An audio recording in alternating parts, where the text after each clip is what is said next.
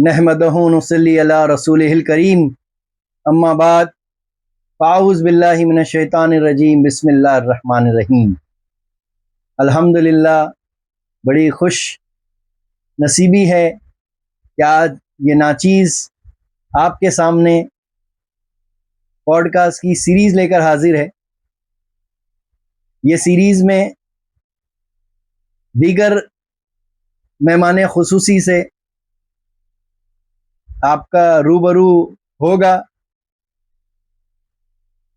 जैसे जैसे ये सीरीज़ आगे बढ़ेगी तो दीगर मेहमान खुसूसी से आपकी मुलाकात होगी। सिलसिले के कई गहरे नुकात पर रोशनी डाली जाएगी, उनसे सवालात किए जाएंगे, उनके नज़रियात जानने की कोशिश करेंगे ताकि ये जो पॉडकास्ट का नाम जो फैज़ रूहानी रखा गया, ये मौला करीम के सदक़े में, अपने हबीब पाक के सदक़े में मौला इसको जो है कामयाबी और कामरानी हासिल हो। तो आइए आगे बढ़ते हैं इस पॉडकास्ट के एपिसोड में। तो आज जो है हमारे साथ जो शख्सियत जुड़ रही है वो बहुत अजीम शख्सियत है, अजीमुल बरकत शख्सियत है,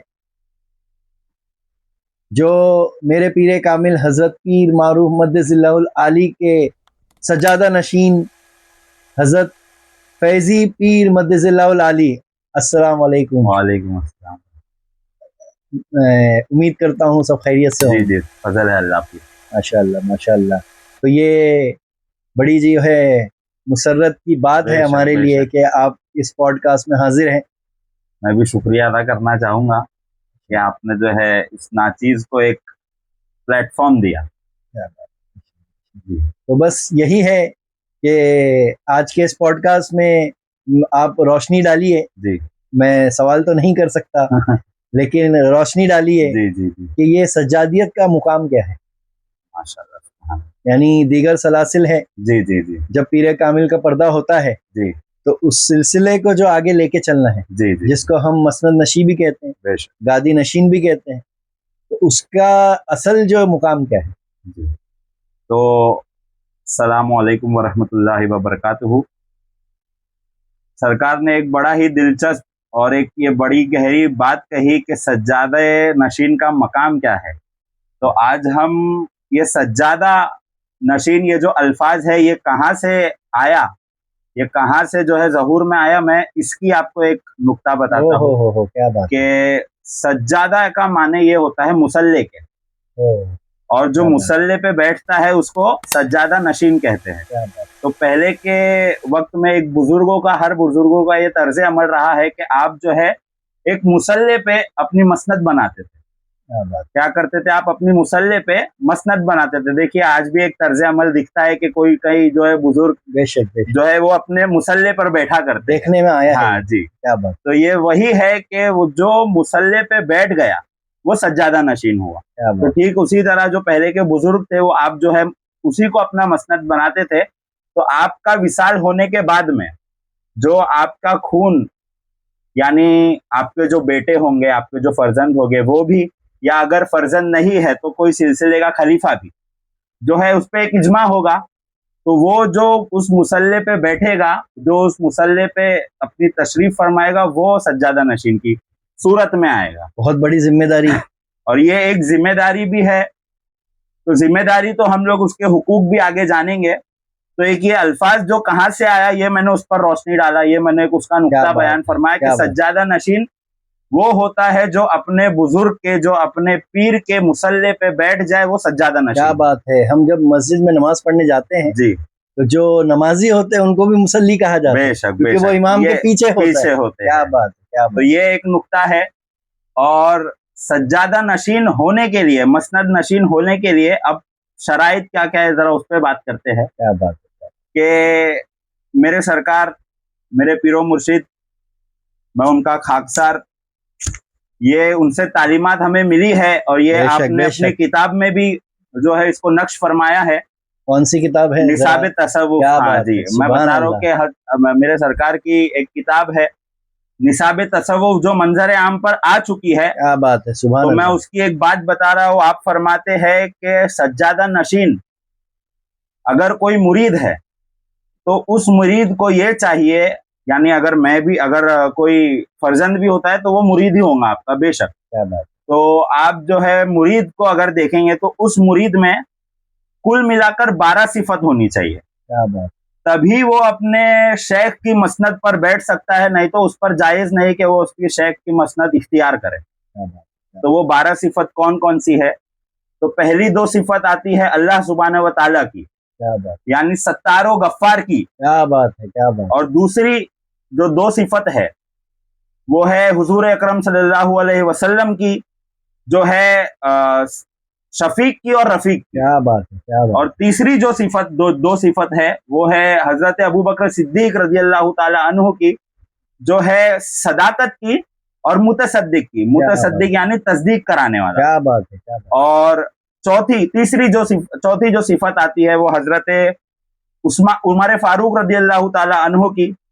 तो वो 2 सिफत कौन सी है? तो वो 2 सिफत ये है कि बुराई से रोकने वाला और भलाई की दावत देने वाला। क्या बात है, क्या बात, क्या है? बुराई से रोकने वाला और भलाई की दावत देने वाला। क्या बात, और जो 5वीं सिफत आती है वो है हजरत उस्मान गनी रजी अल्लाह ताला अन्हु। तो वो 5वीं सिफत में से 2 सिफत ये है कि आप जो है कभी कोई भूखे को बिना खाना खिलाए आप सुला नहीं सकते, यानी भूखों को खाना खिलाना। क्या बात, और रातों में इबादत करना। क्या बात है, यानी ऐसे सखी है, ऐसे सखी। तो ये आप मर्तबा देखते जाइए कि उसमें किन किन चीजों की सिफत होनी चाहिए। क्या बात, और जो हमारी आखिरी 2 सिफतें हैं वो हजरत अली करमल्लाहु वजहुल करीम की, कि वो आलिम भी हो और बहादुर भी। क्या बात है, क्या बात है। तो ये कुल मिलाकर जो है 12 सिफत का हामिल होना चाहिए सज्जादा नशीन, जो आपकी मसनद पर बैठ रहा है।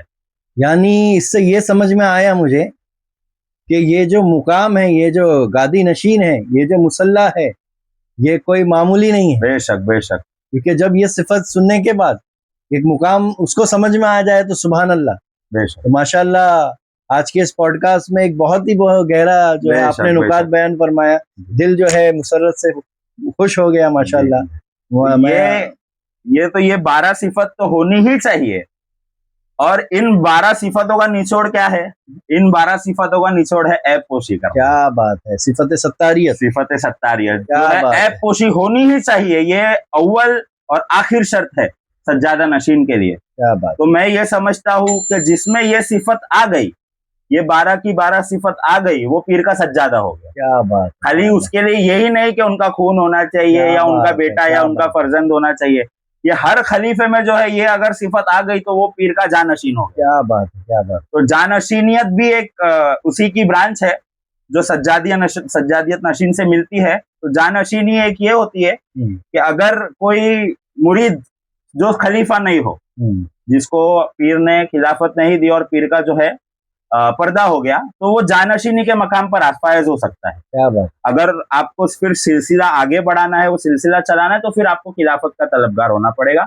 या तो अपने पीर भाई से भी हो सकते हैं, जिन्हें हम चाचा पीर भी कहते हैं। तो वो भी एक तर्ज अमल है, कि ये भी सिरा है कि हम इससे भी बैत या खिलाफत ले सकते हैं। तो ये एक नुक्ता जो मेरे पीर के सदके, क्या बात, जो उनकी जूतियों का सदका है कि ये जो हम बोल रहे हैं, ये जो हम उनकी क्या बोलूं मैं, कि उनका बड़ा हम पर सदका है कि हम जो ये उनकी लिखी हुई किताब पढ़कर उसको तस्दीक कर।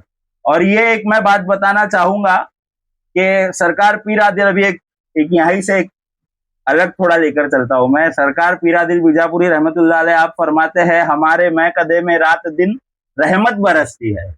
हमारे मैं कदे में रात दिन रहमत बरसती है, ये वो मैं कदा है जिसके लिए दुनिया तरसती है। क्या बात है, क्या बात। तो रहमत कैसे बरसती है? रहमत कैसे बरसती है? तो हमने ये देखा है, हमने हजरत दिलदार पीर भी जो है इस बात के गवाह है कि मखमली पीर कौन हुए, रहमतुल्लिल आलमीन। क्या बात है, क्या बात है। और समदानी पीर कौन हुए, रहमतुल्लिल आलमीन हुए। तो ये हमने देखे है कि ये एक अलग से जो है रहमतों का सिलसिला सरकार पीरा दिल की बोली हुई बात हम जो है तस्दीक करते हैं और हम उसके गवाह है। बेशक बेशक बेशक। तो मैं बस यही इस बात को गुफ्तगू को मैं अपनी समेटना चाहूंगा। माशाअल्लाह माशाअल्लाह, आपने जो नुक्ते पे रोशनी डाली है माशाअल्लाह, मैं समझता हूँ कि ये जो पॉडकास्ट की जो शुरुआत जो है, जी आगाज जो है बहुत ही बेहतरीन नुक्ते से हुई है माशाअल्लाह। और आगे भी हम इसी तरह से जो है कंटिन्यू करेंगे सीरीज को, और कई जो है आप लोगों को दीगर सवालात, दीगर जो है मेहमान खुसूसी से जो है सुनने, उस पर रोशनी डाली जाएगी। तो कई जो है गहरे नुकात पर गुफ्तगू होगी, कई सवालों जवाब, कई जो है गहरे नुकात पर गुफ्तगू होगी। तो इंशाअल्लाह मेरी तमाम से गुजारिश है कि इस पॉडकास्ट को जो है कामयाब बनाएं और इसको देखें और इससे जुड़े रहें। इंशाअल्लाह जो है स्टे ट्यून रहिए नेक्स्ट एपिसोड के लिए। इंशाअल्लाह जो है जल्द अज जो है आपके सामने जो है नेक्स्ट एपिसोड लेकर हम हाजिर रहेंगे। मैं आपका शुक्रगुजार हूँ। अस्सलाम वालेकुम वरहमतुल्लाहि वबरकातुहू।